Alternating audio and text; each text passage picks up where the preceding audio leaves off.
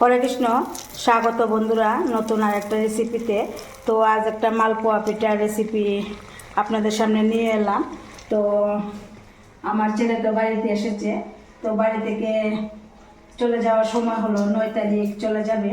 তো এখন বাড়ি থেকে গেলে আসতে অনেকটাই দেরি হবে। তো তার জন্য একটু মালপোয়া পিঠা তৈরি করলাম। ছেলে মালপোয়া পিঠা খেতে খুবই ভালোবাসে। তো দেখুন অনেকগুলো ওই মালপোয়া তৈরি করলাম। একদমই কিন্তু এই মালপোয়াগুলি একদম ফুলকু ফুলকু হলো। তো আমি কিভাবে এই মালপোয়া রেসিপিটা করলাম আপনারা অবশ্যই আমার এই পুরো ভিডিওটা দেখতে থাকেন। মালপোয়া পিঠাটা তৈরি করার জন্য আমি এখানে গোবিন্দভোগ চাল নিলাম।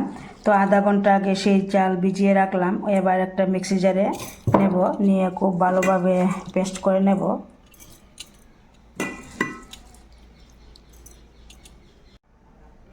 তো পেস্ট করে নিয়ে এলাম আর অল্প পরিমাণে একটু জল দিয়ে পেস্ট করলাম। তো এবার একটা বাটির মধ্যে নিয়ে নিচ্ছি। তো এদিকে গুড় জাল করতে বসিয়ে দিলাম। অল্প একটু পরিমাণে জল দিয়ে পরিমাণ মতো গুড় দিয়ে গুড়টা গলে যাওয়া পর্যন্ত জাল করে নেব। এর বেশি জাল করতে হবে না। তো আপনারা চাইলে চিনি দিয়েও করতে পারেন। তো দেখুন গুড় জাল হয়ে গেল, এইরকমভাবে জাল করে নিতে হবে। তো এবার আমি নামিয়ে নেব। তো দেখুন আমি চালটা কিন্তু পেস্ট করে নিলাম, আর এখানে আমি 250 গোবিন্দভোগ চাল নিলাম। তো এবার দিয়ে দিতে হবে সুজি। এই সুজিও আমি আধা ঘন্টা আগে ভিজিয়ে রাখলাম। তো এবার দিয়ে দিচ্ছি পরিমাণ মতো সুজি। আর দিতে হবে ময়দা। আমি এখানে এই বাটির মাপ করে 1 বাটি ময়দা দিয়ে দিলাম। তো এবার এই জাল করা গুড়টা দিয়ে দিচ্ছি। এবার দিয়ে দিচ্ছি সামান্য পরিমাণে একটু লবণ, সামান্য পরিমাণে একটু বেকিং পাউডার।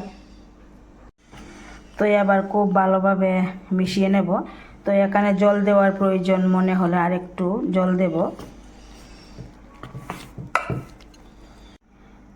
তো খুব ভালোভাবে মিশিয়ে নিলাম। তো আলাদা আর জল দিতে হলো না। দেখুন ব্যাটারটা ঠিক এই রকমের হবে।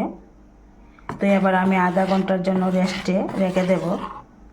তো আধা ঘন্টা পর ফিরে এলাম। তো দেখুন ব্যাটারটা ঠিক এই রকমের হলো। তো ব্যাটারটা ঠিক এই রকমের করতে হবে। তো এবার রান্নার কাজে চলে আসলাম। চুলাতে কড়া বসিয়ে দিলাম, তেলও দিয়ে দিলাম। তেল গরম হয়ে আসলো। এবার এই ব্যাটারটা দিয়ে দিচ্ছি। তো দেখুন মালপোয়া কিন্তু একদম ফুলে উঠলো। তো এবার একটু উল্টিয়ে দিচ্ছি।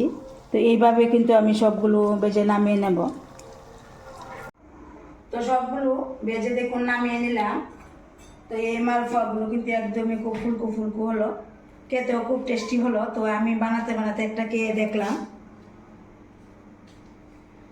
তো কেমন হলো বন্ধুরা আমার এই মালপোয়া রেসিপিটা? যদি আপনাদের কাছে ভালো লাগে অবশ্যই একটা লাইক দিবেন, শেয়ার করবেন।